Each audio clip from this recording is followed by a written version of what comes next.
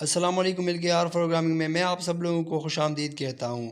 کلش عثمان قسط number 82 season 3 کے trailer میں دکھایا گیا ہے کہ عثمان اپنے دوستوں سے کہتے ہیں کہ ہم ساتھ رہیں گے اور ساتھ چلیں گے۔